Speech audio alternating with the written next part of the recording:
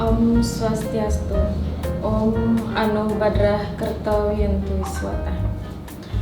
Berjumpa kembali dengan pembelajaran agama Hindu dan Budi Pekerti di Spida TV.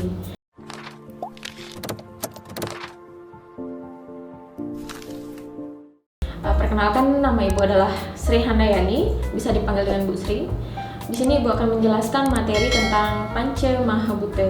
Kalau kita perhatikan segala sesuatu yang ada di sekitar kita, maka beraneka ragam benda, pemandangan seperti gunung, laut, sungai, danau, bukit, pepohonan, dan makhluk hidup yang dapat kita lihat.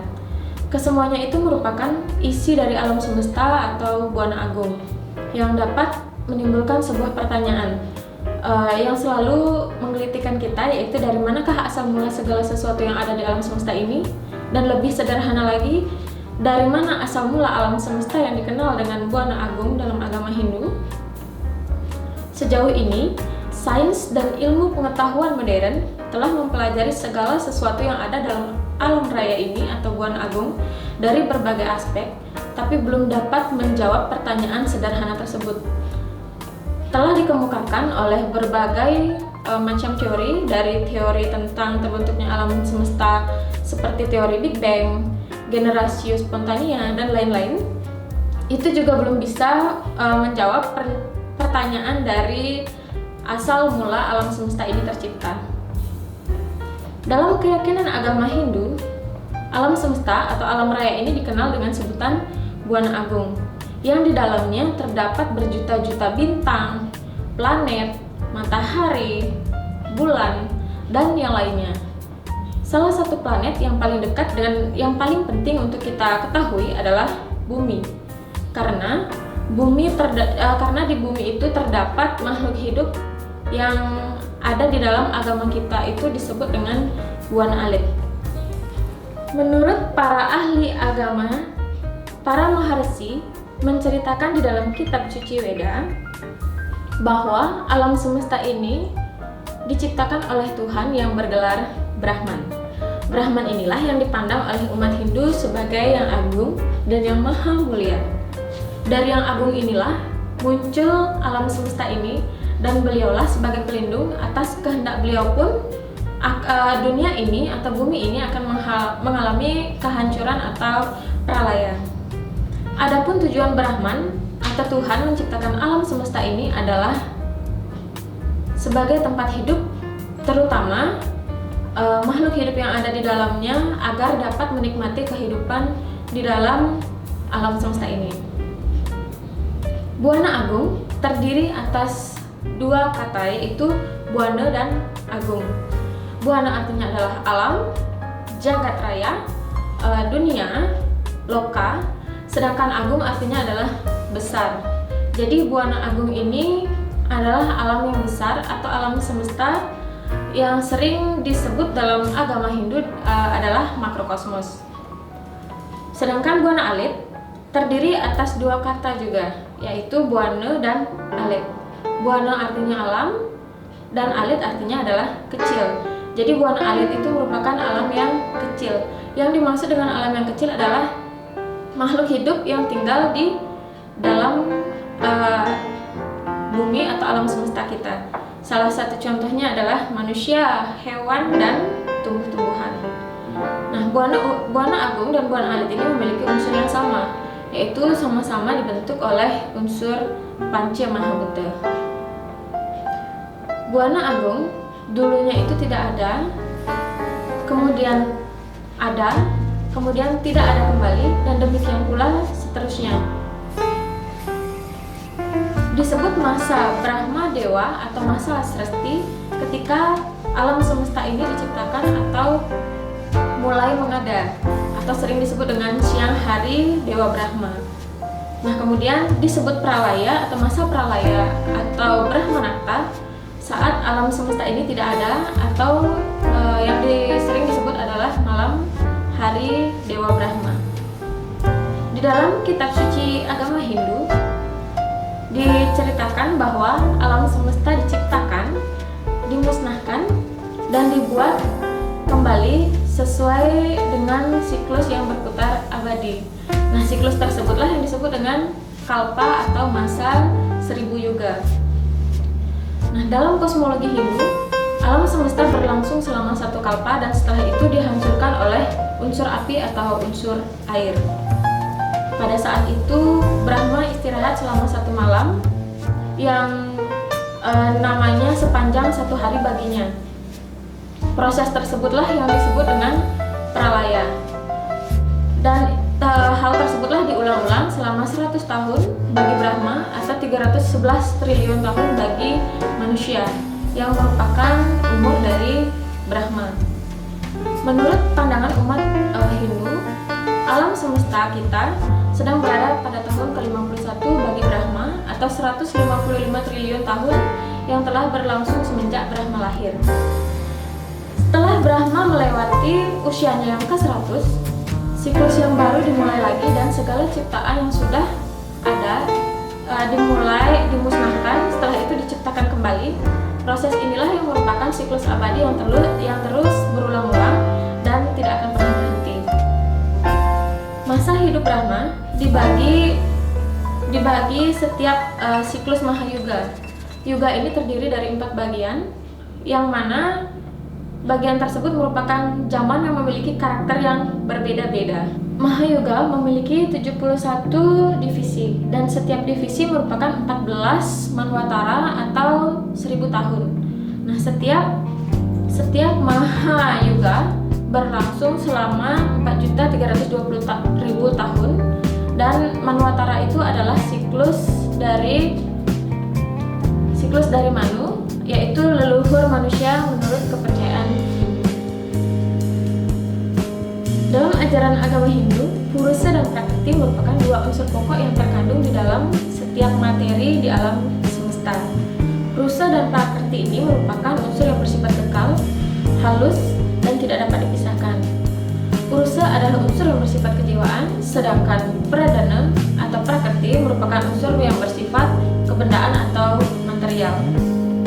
Pada penciptaan alam semesta, Prakriti berevolusi menjadi Panca Tanmatra. Panca Tanmatra ini merupakan 5 macam unsur yang sangat halus. Panca Tanmatra ini setelah melalui evolusi yang panjang akhirnya menjadilah Panca Mahabhuta, yaitu 5 unsur pembentuk alam semesta.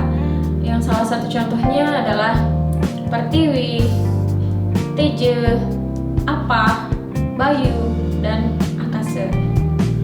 Nah, selanjutnya Ibu akan menjelaskan materi tentang Panca Mahabhuta pada Buana Alif. Dalam kitab Purana dan Upanishad, alam semesta ini terbentuk secara bertahap dan berevolusi. Penciptaan alam semesta dalam kitab Upanishad diuraikan seperti laba-laba yang sedang memintal benangnya, yaitu dalam proses tahap demi tahap. Demikian pula Brahman menciptakan alam semesta ini sama seperti laba-laba tersebut, yaitu tahap demi tahap. Proses penciptaan alam semesta Brahman melakukan dengan melalui tapa. Dengan tapa tersebutlah Brahman mulai memancarkan panas. Setelah menciptakan, Brahman menyatu ke dalam ciptaannya. Menurut kitab Purana, pada awal masa proses penciptaan terbentuklah Brahmanda. Pada awal proses penciptaan juga terbentuk Purusa dan Prakriti. Kedua kekuatan ini bertemu sehingga terciptalah alam semesta. Tahap ini terjadi secara berangsur-angsur dan tidak sekaligus.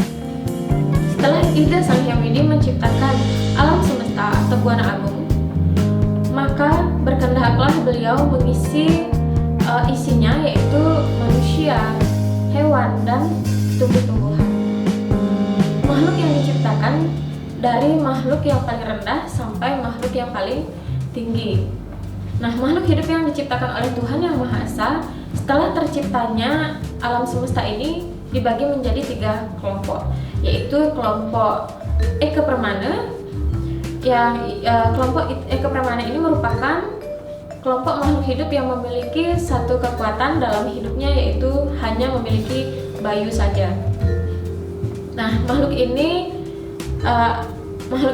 disebut dengan Stawara. yaitu tumbuh-tumbuhan yang tergolong ke dalam setawara itu ada 5. Yang pertama itu adalah trane, yaitu bangsa rumput. Lalu yang kedua late, yaitu bangsa tumbuhan yang menjalar.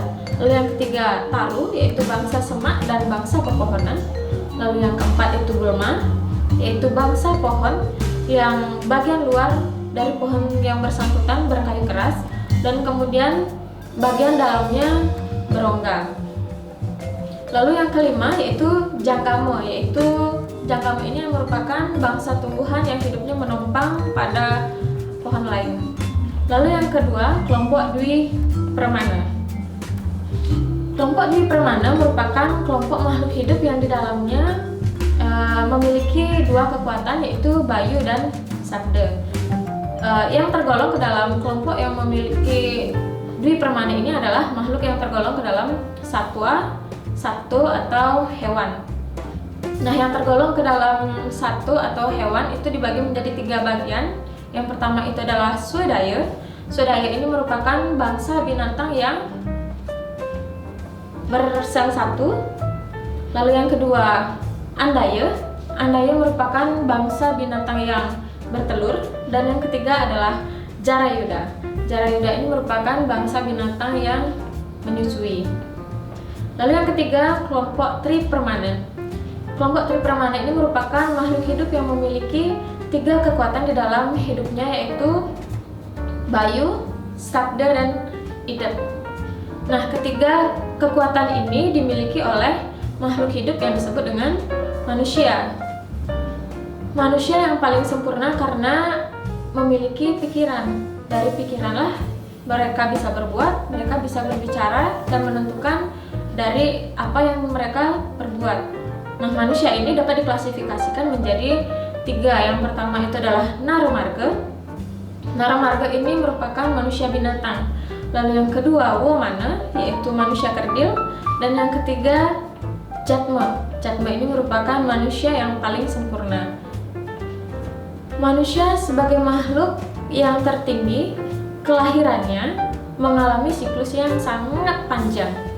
Mulai dari bayi dalam kandungan, yaitu berkat pertemuan antara kamebang dan kamepeta.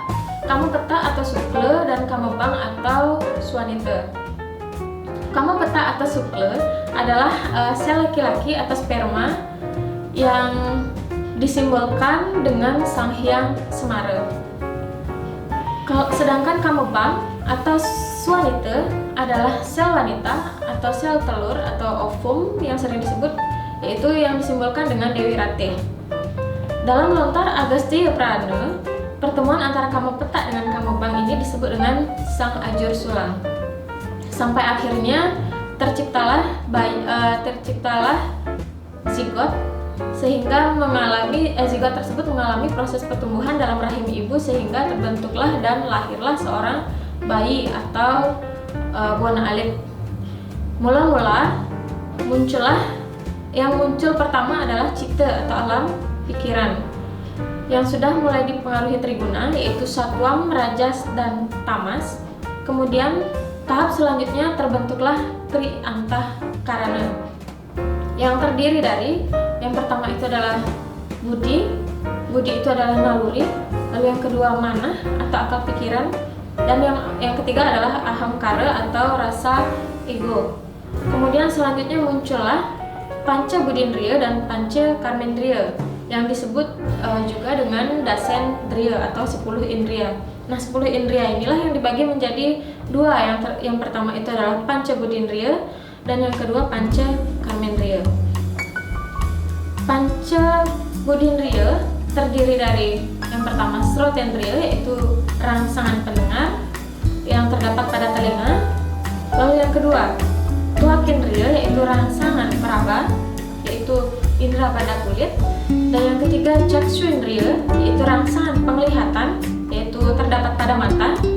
Dan yang keempat granendriya, yaitu rangsangan penciuman yang terdapat pada hidung. Dan yang kelima yaitu jihwendriya, yaitu adalah rangsangan pengecap atau indera pada lidah. Dan yang kedua, bagian bagian-bagian dari pancakarmendriya itu ada 5 juga. Yang pertama itu adalah garbendriya, yaitu penggerak perut, indera pada perut. Lalu yang kedua panindriya, yaitu penggerak tangan, yaitu indera pada tangan kita. Kemudian yang ketiga padendriya. Padendriya ini merupakan indera pada kaki. Lalu yang keempat payudendriya, yaitu penggerak organ atau pelepasan. Lalu yang terakhir upastendriya, yaitu penggerak alat kelamin. Setelah timbulnya pancabudendriya, pancakarmendriya, maka ke-10 indriya tersebut berevolusi menjadi panca tanmatra, yaitu 5 benih unsur alam semesta yang sangat halus yang tidak berukuran. Nah, panca tanmatra ini dibagi menjadi 5 bagian. Yang pertama itu adalah sabda tanmatra, yaitu benih suara. Lalu yang kedua rupa tanmatra, yaitu benih penglihatan. Yang ketiga rasa tanmatra, yaitu benih perasa. Yang keempat itu adalah ganda tanmatra, yaitu benih penciuman. Dan yang kelima adalah sparsa tanmatra, yaitu benih peraba.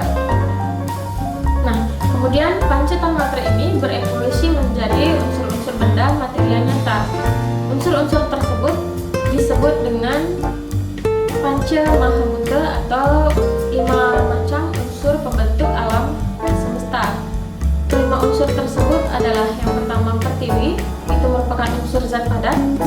Lalu yang kedua itu apa? Yaitu unsur zat cair. Yang ketiga teja, unsur zat panas. Yang keempat bayu, yaitu udara. Dan yang terakhir, yang kelima adalah akasa, yaitu ruang atau ether. Di dalam Buana Agung dan Buana Alit, panca mahabhuta ini terdapat dalam Buana Agung dan Buana Alit. Unsur panca mahabhuta yang terdapat di dalam Buana Agung yang pertama yang tergolong ke dalam pertiwi adalah batu, tanah, logam, dan segala unsur zat padat yang ada di dalam alam semesta kita. Lalu yang kedua, unsur apa? Apa ini merupakan unsur zat cair. Unsur zat cair yang terdapat dalam alam semesta atau Buana Agung itu adalah air sungai, danau, laut, dan lain-lain. Lalu yang ketiga, unsur teja atau panas itu adalah sinar matahari. Dan yang keempat, unsur bayu itu merupakan unsur udara, yaitu angin. Dan yang terakhir, yang kelima, yang tergolong ke dalam panca mahabhuta yang terdapat di dalam Buana Agung yang tergolong ke dalam akasa itu adalah ruang angkasa.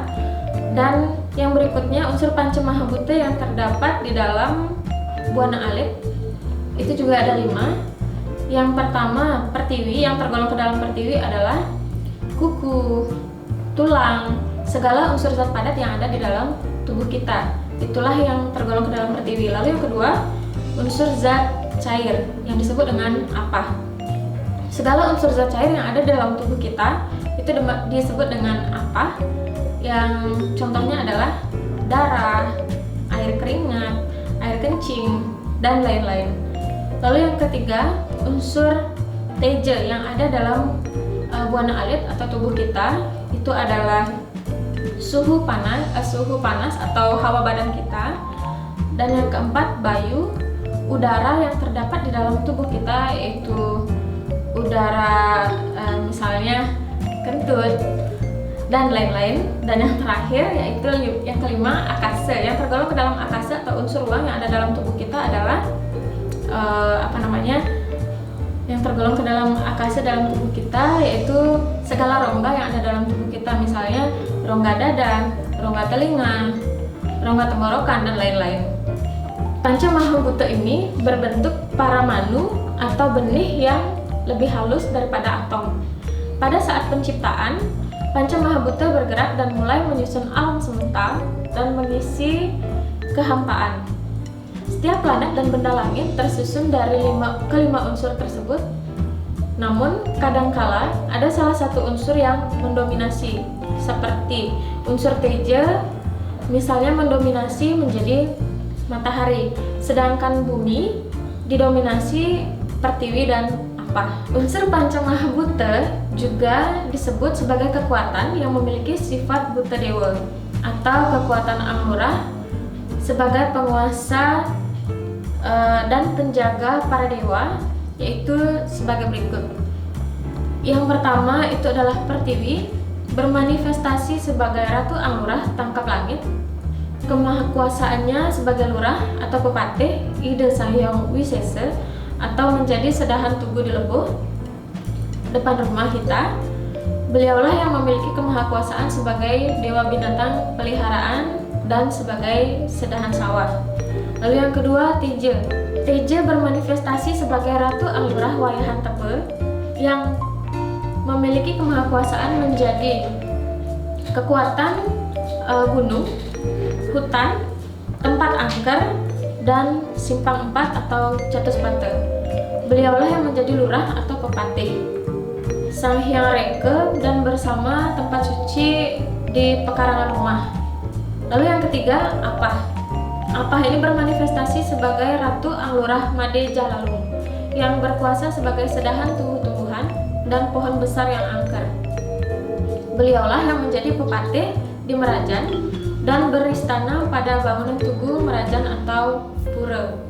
Lalu yang ketiga, Bayu. Bayu bermanifestasi sebagai Ratu Anglurah Nyoman Sakti Pengadangan atau dengan gelar Banaspati Raja yang terdapat di dalam lontar Kandapat Sari yang menguasai kekuatan penjaga daerah Setra dan Pura Dalam yang menjadi kekuatan danau, sungai, dan jurang. Beliaulah yang menjadi pepatih Sang Hyang Durga Manik yang beristana pada Penunggun Karang. Lalu yang keempat itu adalah Akasa, bermanifestasi sebagai Ratu Anglurah Ketut Petung yang menjadi kekuatan taksu segala profesi yang menjadi dewanya bayi serta menjadi kekuatan Purusa dan Perdana. Beliau menjadi pepatih dan beristana di bangunan taksu di Merajan dan memiliki kekuatan profesi tukang perempuan dan laki-laki. Sebagai tambahan, di dalam beberapa upacaranya dijelaskan bahwa ngaben pada saat manusia meninggal juga disebutkan merupakan proses pengembalian unsur Pancamahabhuta yang ada dalam diri manusia pada asalnya atau kepada Sang Pencipta atau Ida Sahyang Widiwasa, di mana dalam lontar puja memukur disebutkan Pertiwi, Apah, Teja, Bayu, dan Akasa. Unsur-unsur dari Pancamahabhuta ini dikembalikan pada asalnya. Pada hakikatnya dijelaskan dalam upacara Bhutayatnya yang merupakan upacara untuk menjaga keharmonisan kelima unsur alam ini.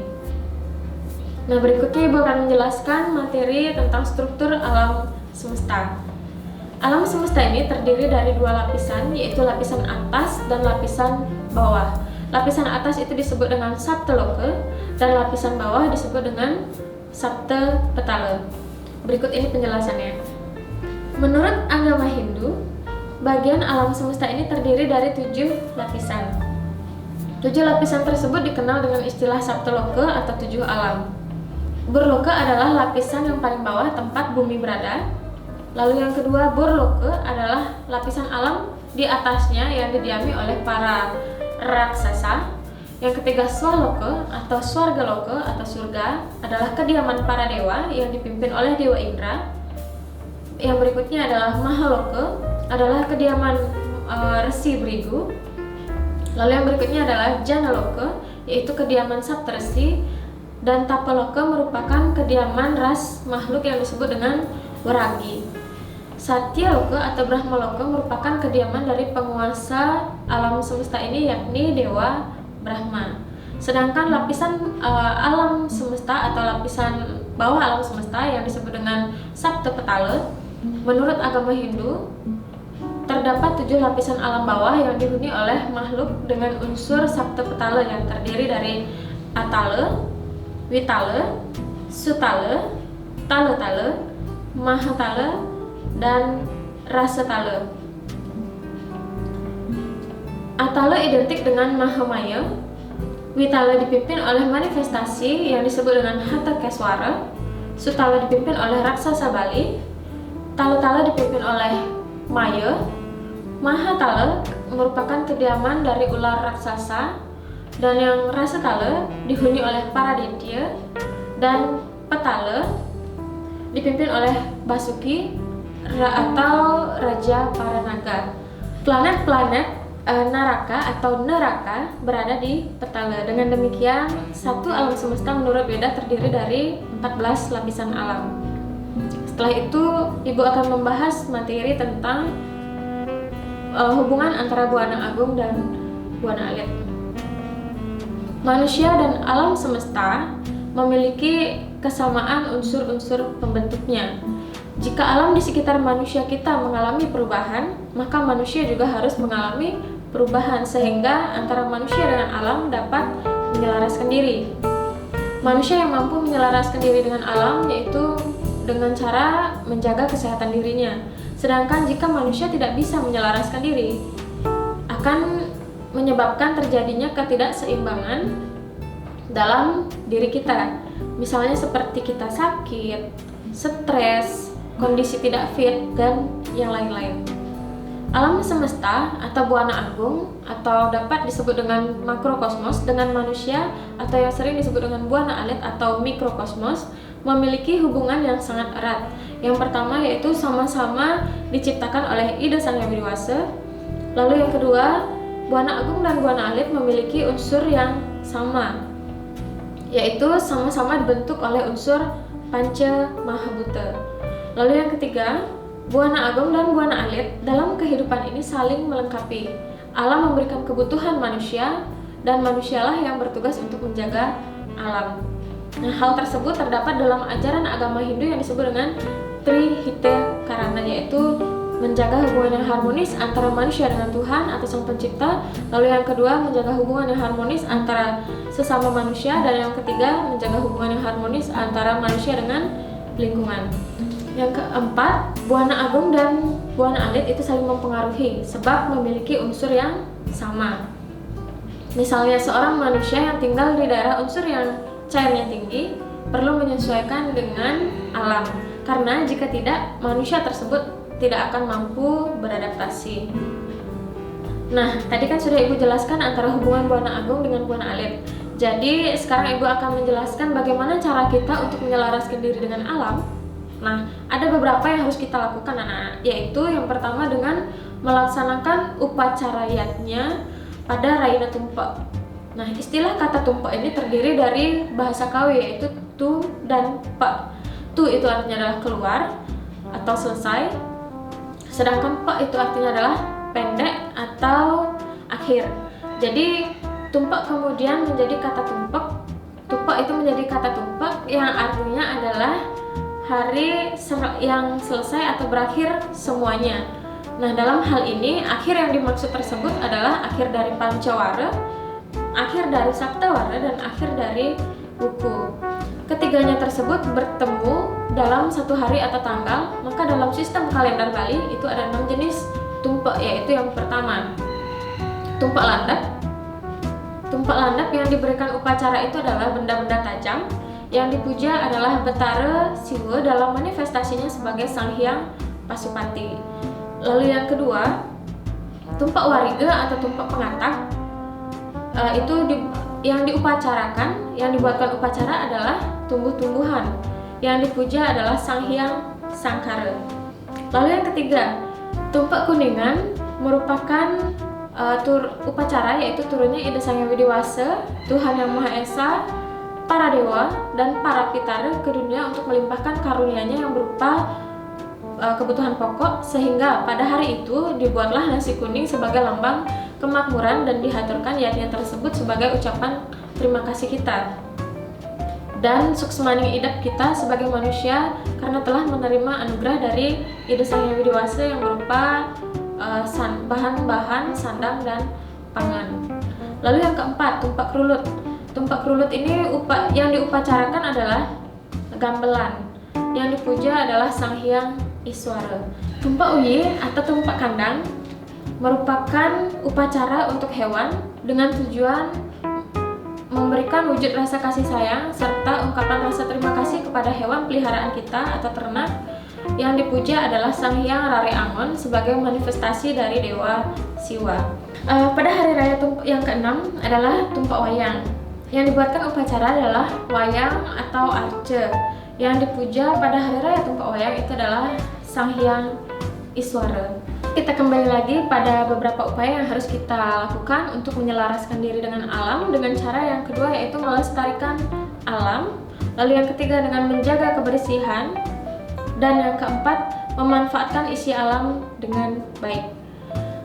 Manusia yang selalu menumbuhkan rasa memiliki alam semesta ini pasti akan dapat atau bisa menyelaraskan dan menyeimbangkan diri dengan alam. Jika kita mampu menyayangi alam, maka alam pun akan memberikan yang terbaik untuk kita. Dengan contoh, misal, jika kita mampu membuang sampah di tempatnya, maka banjir tidak akan terjadi. Jika kita membuang sampah sembarangan, maka banjir pun akan menimpa kita. Itu salah satu contoh.